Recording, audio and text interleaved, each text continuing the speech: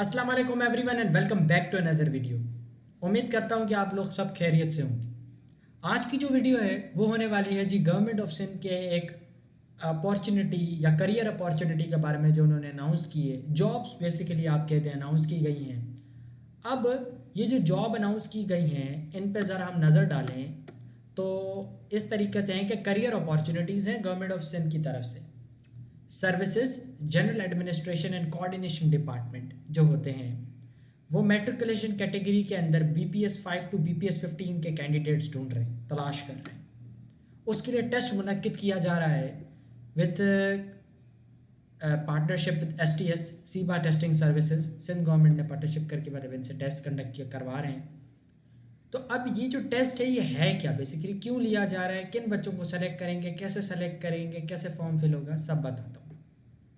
यहाँ पे आ रहा है government of Sindh intents to fill the vacant post of BPS 5 to BPS 15 requiring qualification of matriculation as per recruitment rules in all departments. The initial screen test will be conducted by SEBA Testing Services STS as per following criteria approved by Provincial Cabinet on 24/12/2019। अब आप पहले ये समझ लें कि आपकी ये जो जॉब होगी इसमें आपकी जो क्वालिफिकेशन होनी चाहिए वो मैट्रिकुलेशन होनी चाहिए। मैट्रिकुलेशन कैटेगरी के अंदर आप आते हैं तो आप इसमें अप्लाई कर सकते हैं। दूसरी बात ये कि आपकी BPS 5 टू BPS 15 इसके अंदर जॉब्स अवेलेबल होंगी।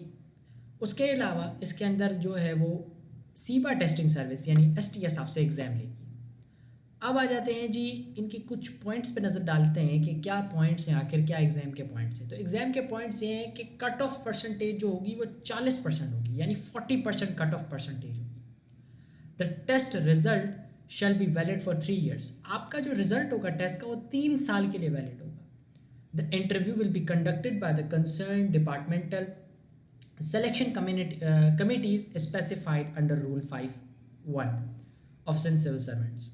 ठीक है, अब इसके अंदर क्या बोल रहा है कि आपके जो इंटरव्यूज़ होंगे वो जिस डिपार्टमेंट में आप जा रहे हैं कंसर्न डिपार्टमेंट, उनकी डिपार्टमेंटल कमेटी आपसे इंटरव्यू लेके आपको सेलेक्ट करेगी।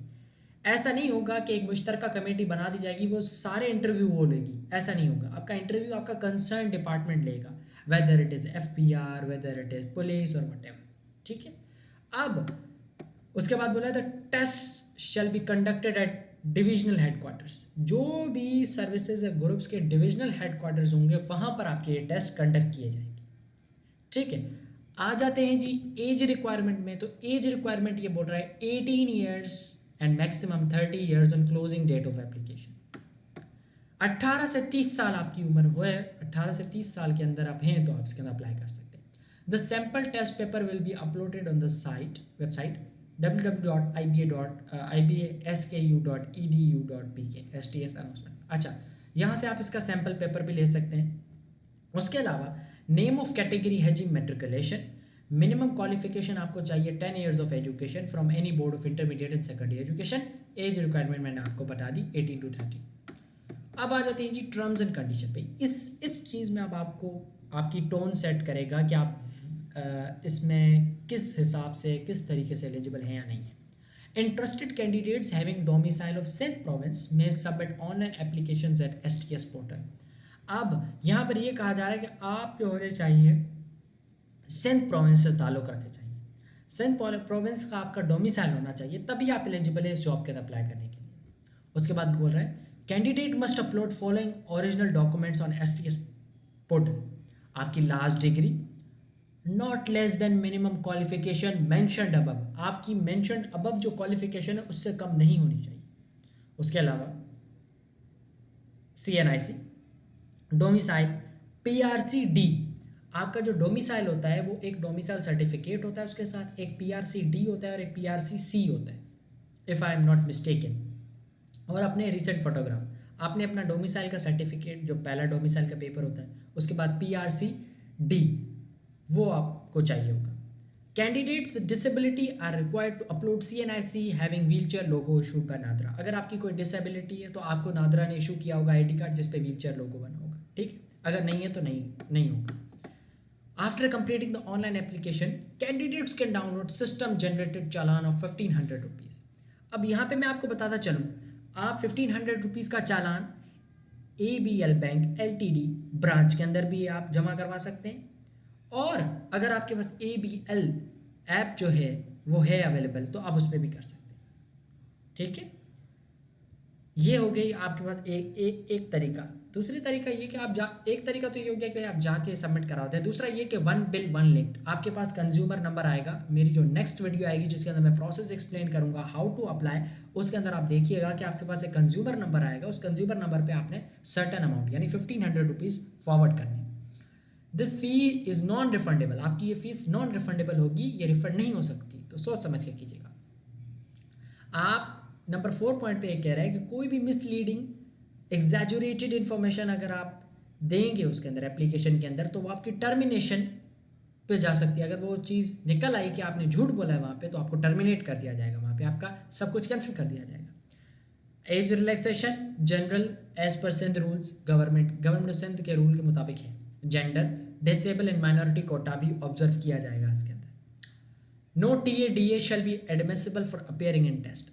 TADA वो होती है, ट्रैवल अलाउंस होता है बेसिकली, जहाँ पे ये बोला जाता है कि आप आएँ, ये टेस्ट दें या ये सेमिनार लें या जो भी है करें कुछ, यहाँ पे आके हमारे पास टेस्ट दें, इसके बाद आपको जो है हम 500 रुपीज़ आपका पेट्रोल के या कन्वेंस के पैसे हम आपको दे देंगे, या more than that less than that वो आपको दे देते हैं। लेकिन यहाँ पर वैसा कुछ नहीं है, आपको खुद आना है, अपने एक्सपेंसेस बेयर करने और यहाँ पे आके आपने टेस्ट देना है। उसके बाद है eligible candidates who previously applied under the matriculation category as announced in the leading newspaper on October 31st 2021 do not need to reapply as their application will be automatically consider for this test. सही है। अब हुआ कुछ यूं था कि 2021 के अंदर अक्टूबर के अंदर एप्लीकेशन आई थी, वो मेट्रिकुलेशन की कैटेगरी के अंदर आई थी। मैंने उनको देखा नहीं है कि वो किस कैटेगरी में आई थी, because I didn't knew that at that time, but अभी मुझे ये पता चल रहा है कि 2021 के अंदर भी ये आई थी। तो जिन बच्चों ने 2021 के अंदर, इन शॉर्ट में आपको बता चलूँ, जिन बच्चों ने 2021 के अंदर अप्लाई कर दिया था, चालान फिल कर दिया था, वो भी चुप करके बैठे हैं, उनको SMS रिसीव होगा, वो जाके अपना टेस्ट दे सकते हैं, उनको कुछ करने की ज़रूरत नहीं है, वो ऑटोमेटिकली कंसीडर होंगे इस चीज़ के लिए। उसके बाद आता है date time venue shall be intimated letter through online calls letters SMS। आपको लेटर SMS के थ्रू, कॉल के थ्रू, ईमेल के थ्रू, वेबसाइट पे अपडेट करने के थ्रू आपको बता देंगे। कोई भी इंफॉर्मेशन होगी, कुछ भी आपको बताना होगा, वो they can easy, they have your all contacts, they can easily contact you guys. Simple. Last date for applying is online, अपना है लास्ट डेट अप्लाइंग की, वो है 31 मार्च 2025। मार्च के अंदर आपके पास ये 31 मार्च आपके पास आखिरी डेट है। फॉर अपडेट्स एंड अनाउंसमेंट इन्होंने लिंक दिया गया है, लेकिन अब यहाँ पे ये भी दिया गया है कि भाई आप इस जगह जो जाके, जहाँ पे मेरा कर्सर देख रहे हैं आप, apply.sts.net.pk, यहाँ पे आप जाके कर सकते हैं। नाउ द थिंग इज कि अब इसमें अप्लाई कैसे करना है, मेन गेम है इसमें अप्लाई करने का। वो मैं आपको नई वीडियो अपलोड जो करूँगा उसके अंदर मैं आपको बताऊँगा कि how to apply in this particular field. ठीक है, तब तक के लिए आपके पास कोई भी क्वेश्चन है आप कमेंट सेक्शन में आए लिखें, and I will surely answer दें।